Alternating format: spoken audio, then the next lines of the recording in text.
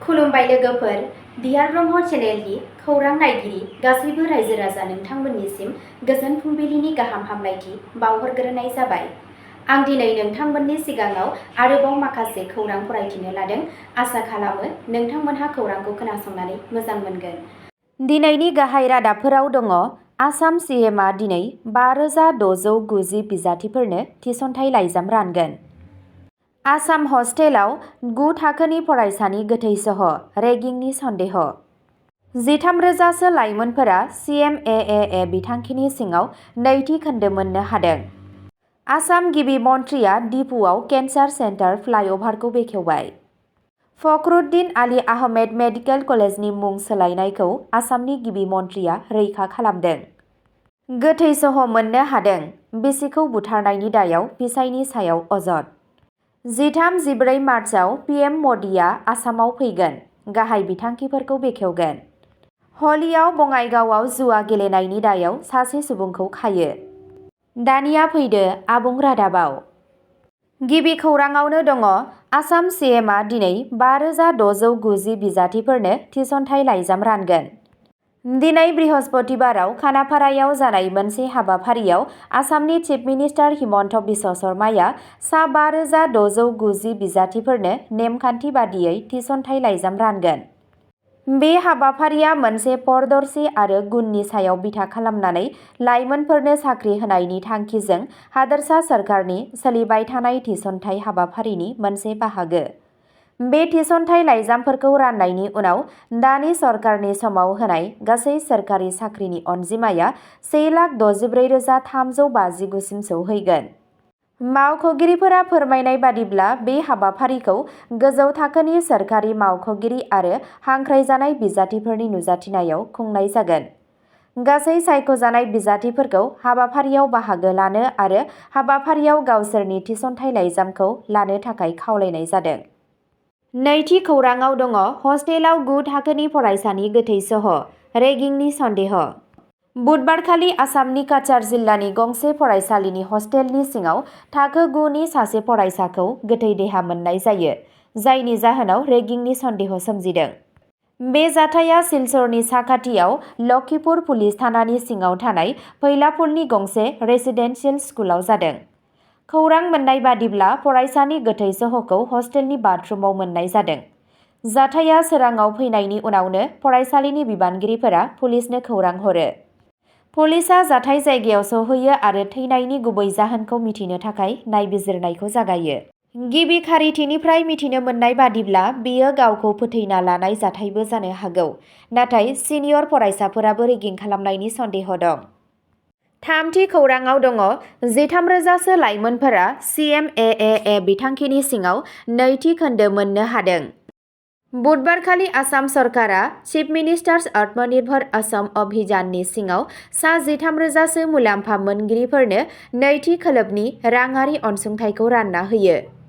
गिबि मन्थ्रि हिमन्त बिश्व शर्मा बिथाङा बुङो दि जाय लाइमोनफोरा गिबि किस्तिखौ जाफुंसारै बाहायदोंमोन आरो गावसोरनि फालांगिखौ गायसननायाव दावगानाय दिन्थिदोंमोन, बिथांमोननो बे मददखौ होनाय जादों। हादोरसायाव लाइमोनफोरनि गेजेराव फालांगियारि गोहोखौ बांहोनो थाखाय सेप्तेम्बर 2023आव बे स्किमखौ जागायनाय जादोंमोन। गिबि खोन्दोआव सा 25,000सो लाइमोनफोरनो गावबा गावनि फसंथान जागायजेननायाव मदद होनो थाखाय साफ्रोमबो 1 लाख रांनि राङारि हेफाजाब होनाय जादों।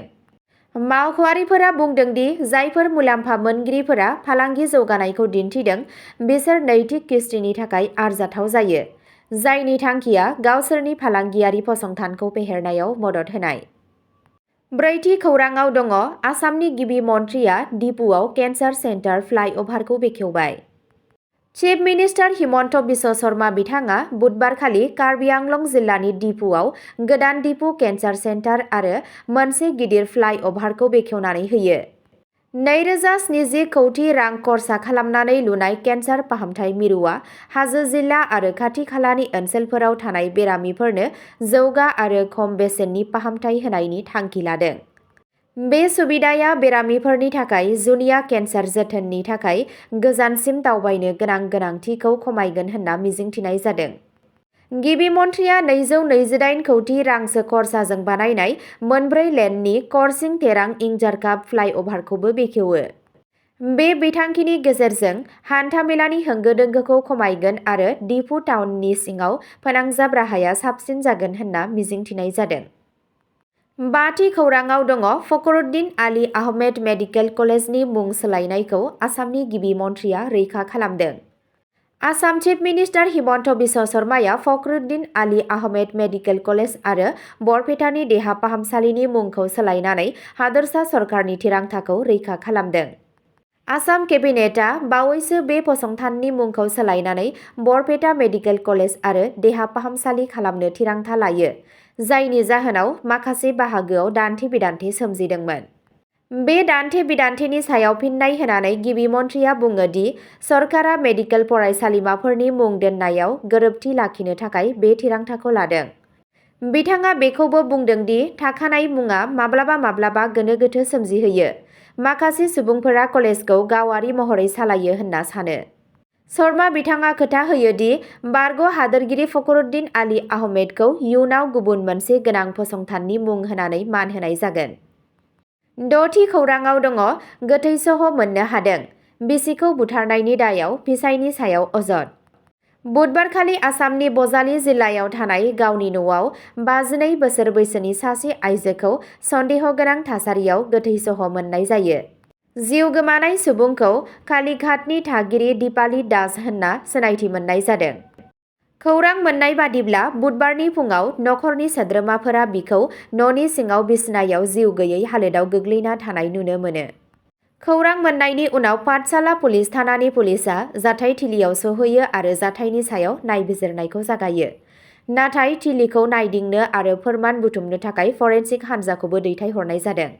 गिबि रिपर्टनिफ्राय मिथिनो मोनो दि हिन्जावआ उन्दुबाय थानाय समावनो बुथारजादों आरो बिनि फिसायनि सायाव सन्देह सोमजिदों। पुलिसआ फोरमायनाय बादिब्ला थैनायनि गुबै जाहोनखौ आरोबाव नायबिजिरनाय आरो पस्टमर्टेमनि उनाव रोखा खालामनाय जागोन। स्निथि खौराङाव दङ 13-14 मार्चआव पिएम मदिआ आसामाव फैगोन, गाहाय मावथांखिफोरखौ बेखेवगोन। भारतनि गाहाय मन्थ्रि मदिआ 13 आरो 14 मार्चआव आसामाव फैनानै गोबां जौगाखां बिथांखिफोरखौ बेखेवगोन आरो हादोरसायाव साहा बागाननि खामानि मावग्राफोरनो हा-पाट्टा रानगोन। गिबि मन्थ्रि हिमन्त बिश्व शर्मा बिथाङा फोरमायनाय बादिब्ला गाहाय मन्थ्रि बिथाङा गावनि दावबायनाय समाव 10,000 कौटि रांसोनि बिथांखिफोरखौ बेखेवगोन। बे हाबाफारियाव क'क्राझार, गुवाहाटी आरो सिलचराव सुबुं जथुम्माफोर थागोन। दावबायनायनि मोनसे गाहाय नोजोरा जाबाय साहा बागान हारिनि सोद्रोमाफोरनो हा मोनथायनि फोरमान बिलाइ राननाय, जायफोरनि गेजेराव गोबां सुबुंफोरा आयेन बादियै हानि बिगोमा गैयाजासे गोबां जोलैनिफ्राय आसामाव थाबोगासिनो दं। बे दावबायनाया हादोरसायाव दाथायारि दाथाय जौगाहोनाय आरो सुबुं अनसाय हाबाफारिनि बिथिङाव मोनसे मख'जाथाव आगान जागोन होनना मिजिंथिनाय जादों। 8थि खौराङाव दङ हलियाव बङाइगावआव जुवा गेलेनायनि दायाव सासे सुबुंखौ खायो। आसामनि बङाइगाव जिल्लायाव हलि फोरबो फालिनायनि दायाव जुवा गेलेनायनि दायाव पुलिसआ सासे सुबुंखौ खायो।